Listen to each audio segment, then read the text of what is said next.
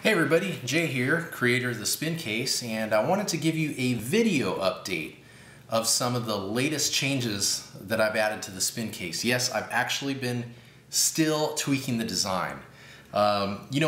Just a quick word on it, when you're designing a product, it's not like software where you can roll it out and then roll out like a 2.0 or 2.1, something like that. You got to get it right the first time.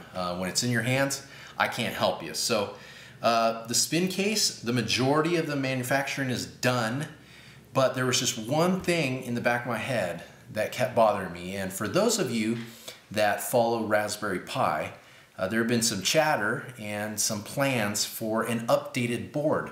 Well, they did update the board. They updated it in July, mid-July, and I got my Raspberry Pi Model B Plus just a few weeks ago, and went immediately to work on designing something better. Let me give you a quick tour of what we have so far.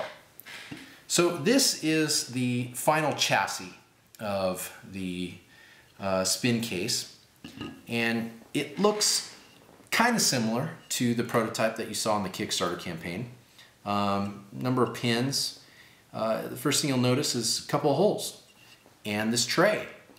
If you read one of my early updates, it had those nylon spacers that are off-the-shelf commercial items. Well, they weren't great. They were fine for prototyping, but they really didn't hold it securely, and they were a total pain to install. I mean, finger bleeding type stuff, you know? So I designed a new kind of a tray to hold it. Bolts in 4 corners.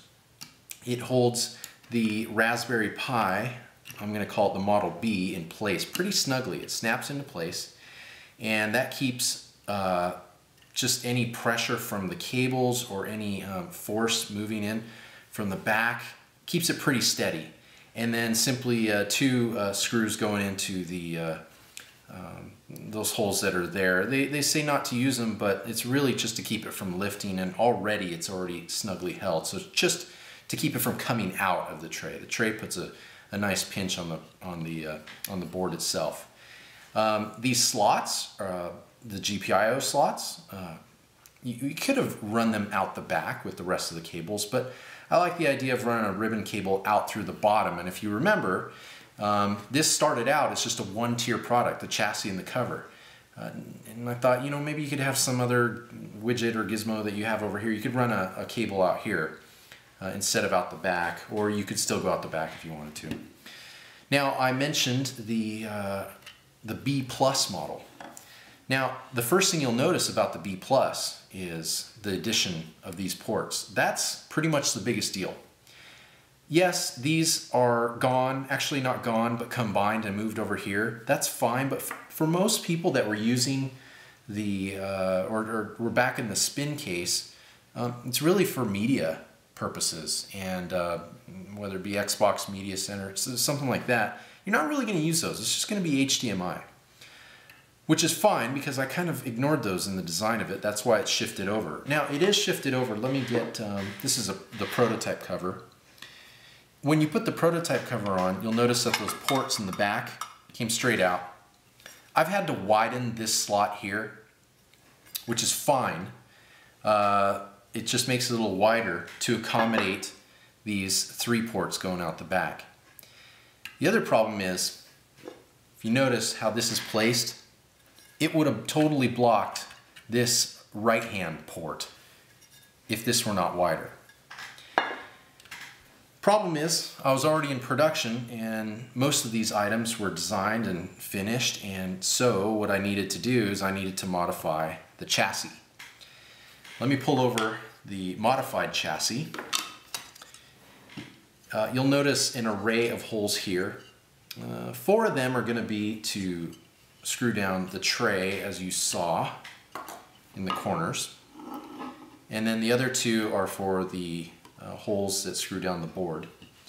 And then if you count these up, you'll notice that there's 4 extra holes. Now, those 4 extra holes hold a tray that holds the B Plus model. These 2 trays, they fit, but they're not perfectly compatible. So what I've had to do is create a second tray with a second set of mounting holes at an angle. So these holes, 1, 2, 3, 4, would line up precisely right there. The B Plus model goes on top, and the tray and the board are held with these 4 screws. That's about right. Now what this does is it still keeps the board in the same general location, but also puts these ports at an angle so that all 3 of them are centered in the back slot or the back opening of this. And again, this is wider, and I'm working on widening this right now before I ship it out to you. Good news is you will get the chassis, a B tray, and a B Plus tray. So essentially, the spin case is future-proof. I know that it would really bum me out to have shipped it last month and not be able to hold the B Plus model. So that's a quick update of the spin case. Going into production on these, this is blue because it's 3D printed prototype, and so I've got to order some more nylon that it's going to be machined from, and so you'll have both of these items in your package when they arrive.